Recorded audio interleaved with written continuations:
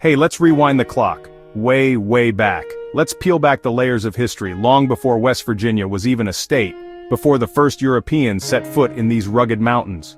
We need to go back to a time before maps had borders, when the land itself told the story. We're going to a time when this land was defined not by state lines, but by primeval forests of immense chestnut and oak, and by the powerful winding rivers that carved their paths through the stone. I'm talking about the original people of this land, the Native Americans. Their presence here isn't a footnote, it's the foundational chapter, a story stretching back hundreds of generations where diverse cultures rose, adapted, and flourished right here. Their story is etched into the very landscape. It's wild, rich, and far more complex than most of us realize. For thousands of years, this land was shaped by sophisticated societies we call the Adena and Hopewell cultures. Often grouped together as the Mound Builders, they were a succession of related peoples who shared common traditions over a vast period. They were the original engineers and artists of the Ohio and Kanawha valleys, leaving behind incredible earthworks. The massive Grave Creek Mound is a prime example, a colossal undertaking requiring the movement of over 60,000 tons of earth by hand. These weren't just monuments, they were sacred burial places for revered leaders, centers for community ceremony, and perhaps even astronomical observatories aligned with the sun and stars. Inside, archaeologists found treasures that speak to their artistry and beliefs, intricate copper jewelry, delicate ornaments carved from mica, and finely crafted stone pipes, showing a deep reverence for the afterlife. As the mound builder cultures faded, new groups rose to prominence. By the time the first Europeans arrived, this region was a vital territory for several powerful nations, the highly mobile Shawnee, the mighty Cherokee to the south, and groups like the Mingo and the Delaware, who used these mountains as shared hunting grounds. These aren't just textbook names, they were real people with families, leaders, and a deep sacred connection to this place. They weren't just surviving here, they were thriving. Their villages were strategically placed along fertile riverbanks. They practiced a brilliant form of sustainable agriculture, planting corn, beans, and squash together. This Three Sisters method created a symbiotic system where each plant helped the others grow. The forests were their grocery store and their pharmacy. They were expert hunters, but also possessed a profound botanical knowledge, using plants like willow bark for pain and jewelweed to treat poison ivy. This was an ecological wisdom passed down through generations, and this place was anything but isolated. Think of it as a bustling hub. The mountain passes and river valleys weren't barriers, they were superhighways. Ancient trails like the famous Seneca Trail were worn smooth by generations of foot travel, connecting communities from the Great Lakes to the Atlantic coast. West Virginia wasn't empty wilderness, it was a crossroads. At seasonal gathering spots, people didn't just trade goods, they exchanged ideas, stories, and traditions. Shells from the Gulf of Mexico, copper from Lake Superior, and high-quality Kanawha flint for tools all found their way here, evidence of a continent-spanning network. This wasn't just commerce, it was a vibrant cultural exchange, strengthening alliances and weaving a complex social fabric across the continent. Life was governed by the rhythm of the seasons, marked by ceremonies that celebrated the harvest and the hunt. For these first peoples, there was no separation between the physical and the spiritual. Their history and laws were carried in the memories of elders and passed down through epic stories and songs, a worldview rooted in respect and the sacred understanding that they were not masters of the land, but a part of it. The mound builders left traces too, mysterious earthen mounds still visible in places like South Charleston today. These weren't just random piles of dirt. They were sacred burial sites and ceremonial centers for complex societies like the Adena and Hopewell. They were also hubs for a vast trading network, connecting them to cultures thousands of miles away. To put it in perspective, some of these mounds? Yeah, they're older than the pyramids in Egypt. This wasn't an isolated people. It was a thriving, interconnected civilization that flourished for centuries. But a profound transformation began when Europeans arrived in the 1600s and 1700s. They brought with them an invisible, devastating force.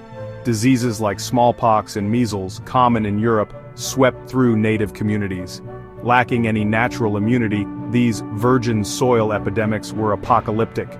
Entire villages were tragically wiped out, sometimes before a settler even set foot in their territory. With the loss of elders and leaders, generations of knowledge vanished, and the social fabric of these ancient cultures was torn apart, leaving them vulnerable for the struggle to come. Then came the fur trade, an economic engine that reshaped everything. In exchange for beaver pelts and deer skins, native peoples received guns and metal tools.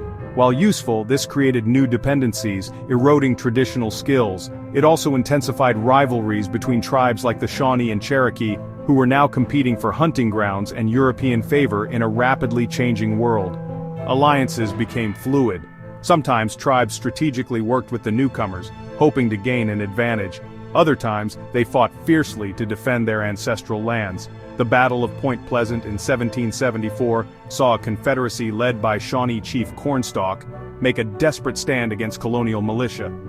This was no simple story of conquest. It was a tumultuous era defined by epic battles for survival.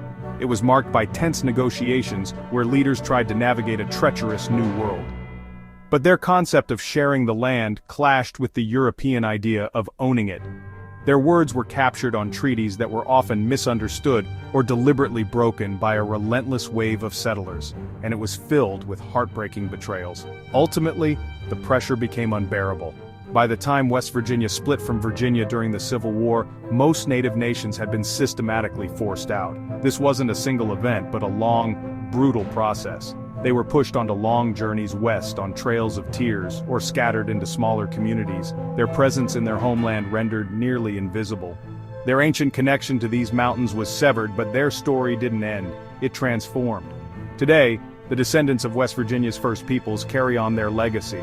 It's a story of resilience that continues to echo through the land, a vital part of the state's complex history.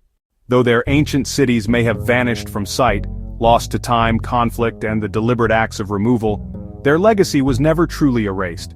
It is not a relic of the past, but a living, breathing presence woven into the very fabric of West Virginia. It persists in the land, in the language, and most importantly, in the people. You see it etched onto the landscape itself, in the names of our most cherished rivers, forests, and towns. The Kanawha, believed to mean place of white stone, referencing the riverbeds. The Monongahela, river with sliding banks. The Ohio, from the Seneca word for great river. These are not just geographical markers, they are linguistic echoes of the people who first called this land home. Each name is a testament, a surviving thread of language that holds a story, a daily reminder of a history that runs as deep and powerful as the rivers themselves. You can feel it beneath your feet, in the trails that crisscross the Appalachian ridges. These paths, now enjoyed by hikers and adventurers, were once the superhighways of their time. They were vital arteries for trade, communication, and seasonal migration, connecting communities across thousands of miles.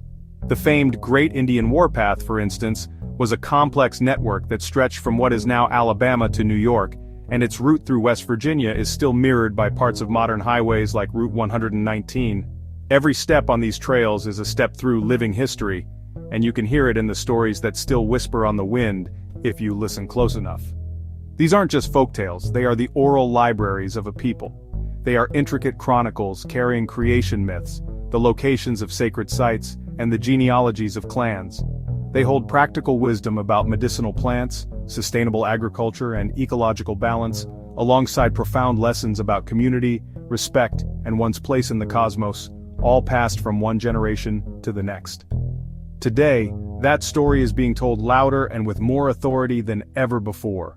Descendants of the Shawnee, Cherokee, Mingo, and other nations are actively reclaiming their history. This isn't just about preserving the past, it's about shaping the future. Through language revitalization programs that breathe life into dormant tongues, and through tireless advocacy for recognition and sovereignty, they are correcting a historical record that for too long was written without them, a record that often depicted them as primitive or worse, erased them entirely.